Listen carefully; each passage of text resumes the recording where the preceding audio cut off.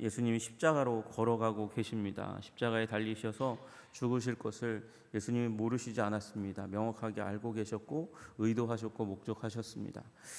예수님께서 화요일 날 논쟁의 날에 사두개인과 바리새인들, 서기관들을 물리치시면서 그들보다 더 위대한 신지식을 가지고 있는 하나님에 대한 지식을 가지신 분이라는 것을 이 이스라엘 백성 앞에 드러내셨습니다. 자칭 종교 전문가라고 하는 자들이 자존심이 상하니 그들이 마음 먹기를 6월절 지난 다음에 예수님을 죽이자 그렇게 결단하고 생각하고 계획을 세우기로 하였는데 예수님은 아니었어요. 예수님은 일정을 당기시기를 원하셨습니다. 왜 그렇습니까?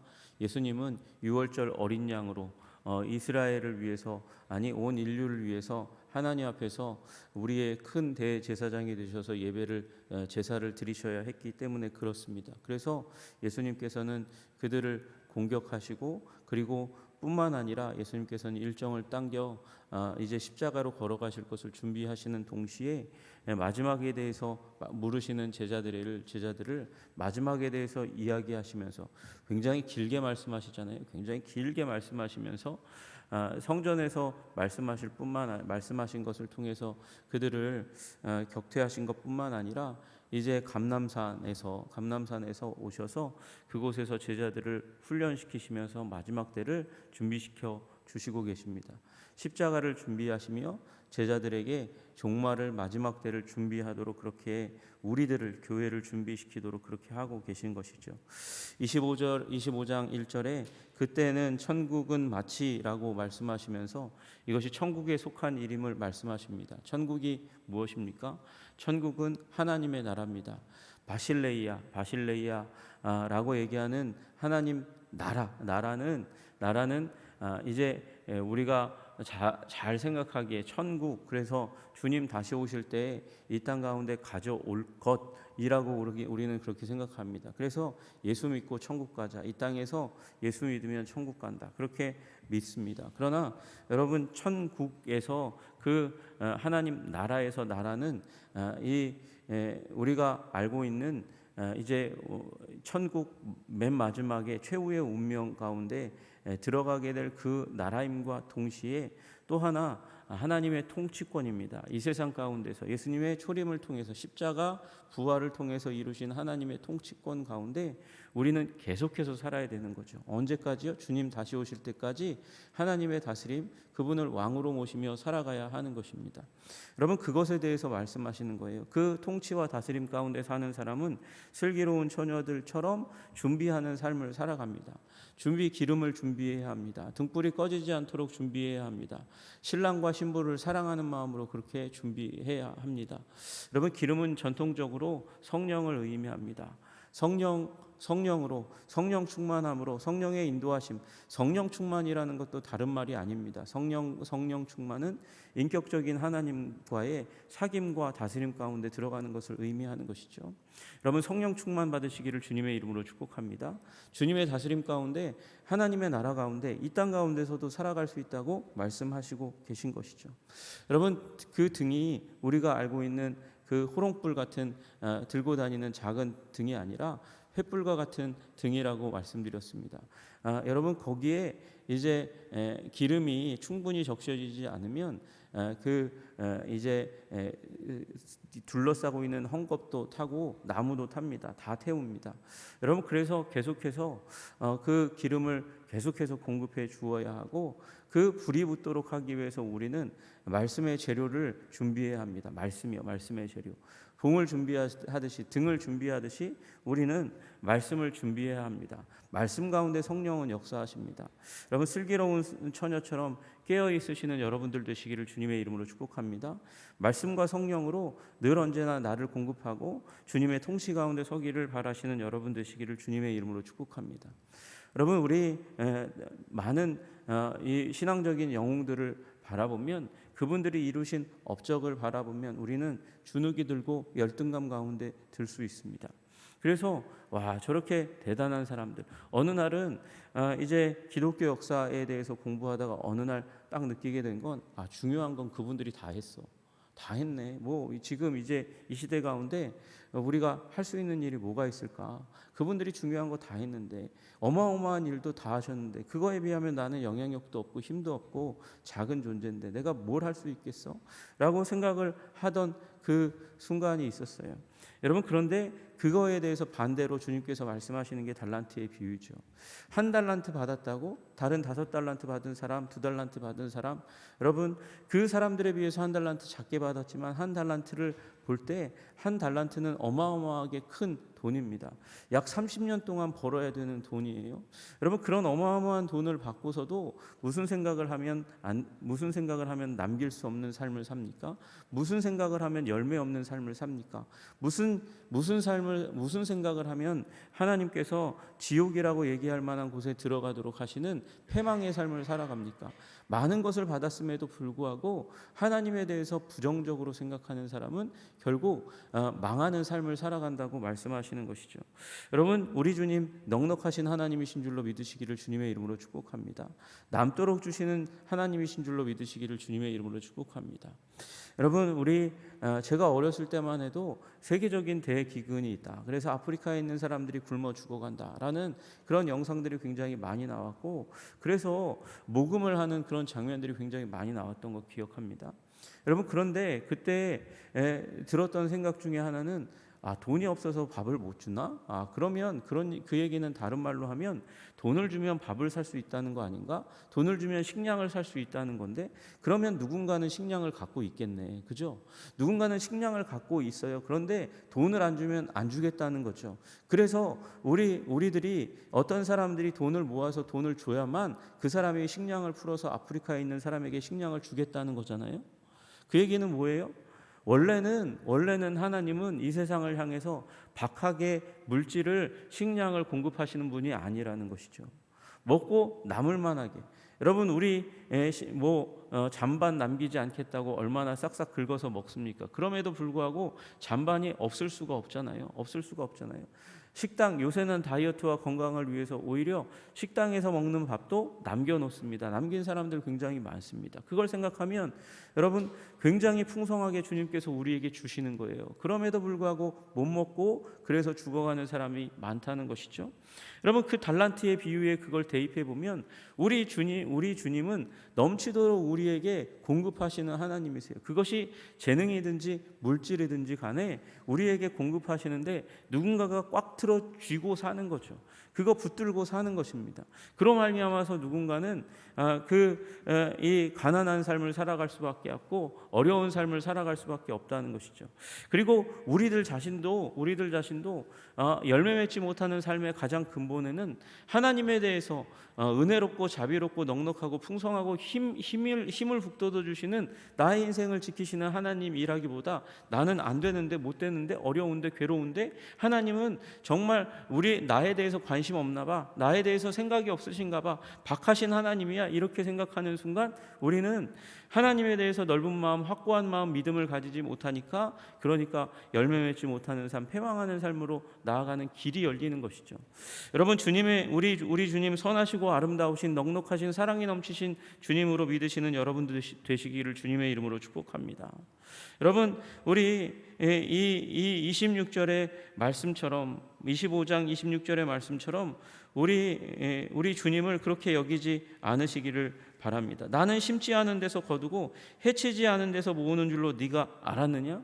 여러분, 그렇게 여기는 순간 우리는 망하는 거예요. 우리 주님은 넉넉하시고 풍성하신 하나님이십니다. 여러분, 그 하나님에 대한 생각을 바꾸고, 그래서 내 삶에 대한 자세를 바꾸어야 된다. 내 삶에 대해서 긍정해야 된다. 하나님이 공급하시고 채우신다. 여러분, 그 믿음 가지고 하나님 다스림 가운데 살아가시는 여러분들 되시기를 주님의 이름으로 축복합니다. 또 주님께서 말씀하시는데, 인자가 자기 영광으로 모든 천사와 함께 올 때에 자기 영광의 보좌에 앉으리니, 그러니까 하나님 나라를 완성하시는 시기에 대해서 말씀하시는데, 양과 염소를 구분하는 것처럼, 양과 염소를 그렇게 구분하는 것처럼 우리들을 구분하실 거다, 그렇게 말씀하시는 것이죠.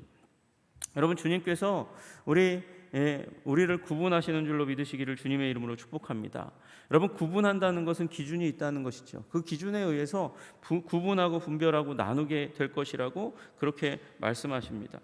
여러분, 이 양과 염소 둘 다 누구의 가축이에요? 목자의 가축이죠. 목자의 가축 다 목자에게 중요한 소유물입니다. 그 소유물 가운데서 양과 염소를 잘 키우기 위해서 이 양과 염소를 둘을 잠잘 때에는 이 저녁이 되면 그들을 나눕니다. 나누어서 그들이 구분되어서 잘 수 있도록 만듭니다. 왜 그렇습니까? 양과 염소는 같이 풀을 뜯어 먹습니다. 그렇지만 이 염소에게는 이 털이 많지 않으니까, 가죽이 얇으니까 따뜻한 잠자리가 필요해요. 그리고 양은 털이 많잖아요. 그러니까 서늘한 공기가, 바깥 공기가 중요합니다. 그래서 이 잠자는 곳 가운데서도 바람이 잘 통하는 곳에서는 양을 두어야 되고, 바람이 잘 통하지 않는 곳에는 누구를 둬야 돼요? 염소를 둬야 돼요. 그래서 구분해 놔야지 이놈들이 밤에 뒤척이지 않고 난리를 치지 않는 거죠. 여러분, 그런데 이걸 구분하지 않는 목자는 지혜롭지 않은 목자잖아요. 마찬가지예요. 지혜로우신 목자이신 우리 하나님께서는 우리를 맨 마지막에 최후의 운명 가운데 나누실 거예요. 나누시고, 그리고 구분하시고, 양과 같은 존재는 하나님께서 영원한 천국으로 이끌어 가시고, 염소는 절망 가운데, 패망 가운데로 이끌어 가실 거라고 그렇게 말씀하시는 거죠. 왜 양과 염소예요? 둘 다 목자의 소유물인데, 여러분, 염소가 양보다 약간 성질이 더럽습니다. 성질이 더러워서 그래서 승질을 목자에게 이 분을 풀 때가 있어요. 양은요, 무리에서 멀어져 갈 때 목자가 그때 하는 일이 무엇입니까? 물매를 던지는 거예요. 던져가지고 옆구리를 이 뒷다리 부분을 맞춥니다. 뒷다리를 맞춰서 돌아오도록 만듭니다. 그러면 양은 100이면 100 돌아옵니다. 돌아오게 되어 있어요. 근데요, 염소라는 녀석은요, 반항심이 강해가지고 그렇게 멀어져 갈 때 그렇게 물매를 통해서 옆다리를 탁 치잖아요. 탁 쳐도 이놈이 이 성질이 더러워서 계속해서 가는 놈들이 10 중에 하나가 생깁니다. 고 염소에 대해서 얘기하는 거예요. 염소가 그래서 성질이 나쁘다는 것이죠. 그렇게 때렸는데도 가요. 때렸는데도 계속 가면 그 다음에는 목자가 이제 다시 물매를 던져서 그 다음에는 다리와 다리 사이를 맞춥니다. 거기는 아프거든요. 그러니까 이 염소 녀석이 돌아오도록 하기 위해서 맞으면, 그러면 이 10 중에 하나 중에서 또 10 중에 하나는 이제 승질이 나가지고 다 돌아오는데 그 중에, 그러니까 한 100마리 중에 한 마리 되는 녀석은 분을 품고, 그리고 가까이 와가지고 목자를 향해서 뿔을 세우고 들이받는 일이 일어나는 거예요. 그와 같은 그래서 염소가 이스라엘에게 굉장히 부정적이죠. 염소는 어떤 존재예요? 목자를 향해서 반항하고 그리고 대드는 존재가 바로 염소라는 거예요. 여러분, 그러니까 대드는 존재가 되지 말라고 말씀하시는 거예요. 지금 하나님의 뜻에 맞게, 하나님의 목적에 맞게 살아가는 양과 같은 존재가 되어라. 주님께서 말씀하실 때, 주님께서 가르치실 때 그것에 순종하는 존재가 되라, 이렇게 말씀하시는 거죠. 그리고 염소처럼 반항하고 개기고 그리고 불순종하는 존재가 되지 말아라, 그렇게 말씀하시는 거예요. 그런데 그 취지의 말씀을 하시면서 그러면서 구분하실 때 양에 해당하는 사람들에게는 뭐라고 말씀하시냐면, 내가 줄일 때에 너희가 먹을 것을 주었고, 목마를 때에 마시게 하였고, 나그네 되었을 때에 영접하였고, 헐벗었을 때 옷을 입혔고, 병들었을 때에 돌보았고, 옥에 갇혔을 때 와서 보았으니까 너희들은 창세로부터 너희를 위하여 예비된 나라를 상속받아라, 그렇게 말씀하시는 거예요. Come and share. 와서 나와 함께 나누자고 얘기하시는 거죠. 상속을 우리 예수님, 맏아들 되신 예수님과 더불어서 아버지 하나님의 집에서 나누자, 그렇게 말씀하시는 거예요. 이 얘기를 듣고 깜짝 놀랐습니다. 의인들이 뭐라고 얘기합니까? 언제 저희들이 그런 거죠? 저희들은 그런 적이 없는 것 같은데요. 여러분, 그랬더니 예수님, 이 왕이 하시는 얘기가 뭐예요? 예수님께서 이 예화 가운데 하시는 내용이 뭐예요? 지극히 내 형제 중에 지극히 작은 자 하나에게 한 것이 곧 내게 한 것이다, 그렇게 말해요. 또 왼편에 있는 자들, 염소에 해당하는 자들, 저주받을 자들, 그들에게 예수님 이 왕이 얘기합니다. 인자가 와서 얘기합니다.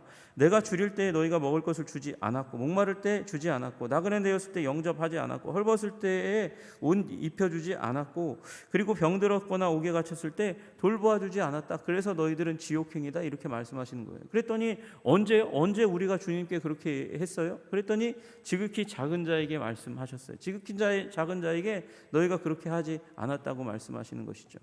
여러분, 이 일은 결국은 부지불식간에 알지 못하는 때에 이 지극히 작은 자에게, 연약한 자에게, 힘없는 자들에게 도움을 베풀었는데 그것이 최후의 운명을 결정하더라는 것이에요.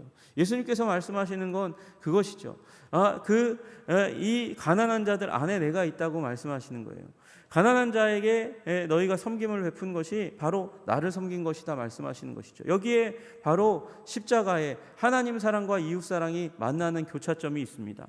여러분, 지극히 작은 자를 예수님으로 바라보고 하나님으로 바라보고 섬기는 것, 그것이 주님께서 우리에게 최후의 삶을, 최후의 운명을 준비하는 삶이라고 말씀하고 계신 것이죠. 여러분, 작은 자에게, 미련한 자에게, 힘없는 자들에게 선행을 베푸시는, 착하게 대하시는 여러분들 되시기를 주님의 이름으로 축복합니다. 여러분, 우리 이거 사실은 우리가 알고 있는 구원관과 다르잖아요. 우리 구원받으려면 어떻게 해야 돼요? 예수님을 구주요 주님으로 영접해요. 믿어야 돼요. 받아들여야 돼요. 그러면 구원받는다고 말씀하셨잖아요. 영접하는 자, 곧 그 이름을 믿는 자들에게는 하나님의 자녀가 되는 권세를 주시겠다고 주님 말씀하셨는데 왜 그것과 다르게 착한 지극히 작은 자에게 선행을 베풀면 천국 간다고 그렇게 말씀하세요? 왜 다른 말씀을 하시는 거죠? 여러분, 우리는 예수님을 영접하면 예수님이 우리 마음 가운데 들어오시고 예수님이 들어오셔서 우리의 삶을 통치하시는 줄로 믿습니다. 그게 하나님의 나라예요.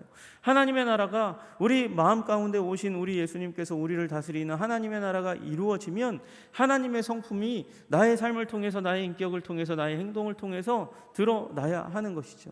여러분, 그것이 오늘 본문의 말씀입니다. 네가 영접했어? 그러면 하나님의 사람이지. 하나님의 사람이라면 하나님 사람답게 살아야지. 하나님답게 살아가는 게 뭐냐? 예수님처럼 살아가는 것이야. 예수님 닮아 살아가는 것이야. 여러분, 우리 이 시작은 너무나 작은 차이인데 그러나 결과는 너무나 다릅니다. 와서 상속받으라 그렇게 말씀하는 자가 있는 반면에 또 예수님께서 말씀하세요. 41편에 왼편에 있는 자들에게 이르시되 저주를 받은 자들아 나를 떠나 마귀와 그 사자들을 위하여 예비된 영원한 불에 들어가라. 어디요?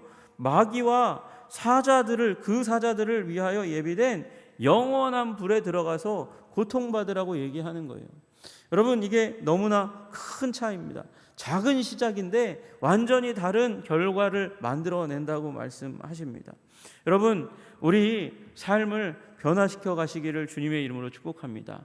주님이 다스리도록 하시고 작은 자를 돌보고 생각하고 기도하고 섬기는 삶을 살아가시는 여러분 되시기를 주님의 이름으로 축복합니다. 교회는 그래서 사랑의 공동체입니다.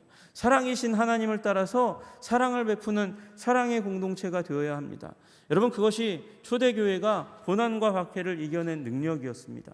여기 나왔던, 앞에 있었던 로마가 이제 예루살렘을 격파하고 그 전후로 해서 어마어마한 10차례가 넘는 그런 대박해가 로마의 그리스도인들을 향해서 퍼부어졌지만 그 모든 것을 딛고 그리고 마침내 콘스탄틴이 이제 기독교를 공인하고 국교로 삼는 일이 일어납니다. 왜요? 왜 그런 일이 일어났습니까?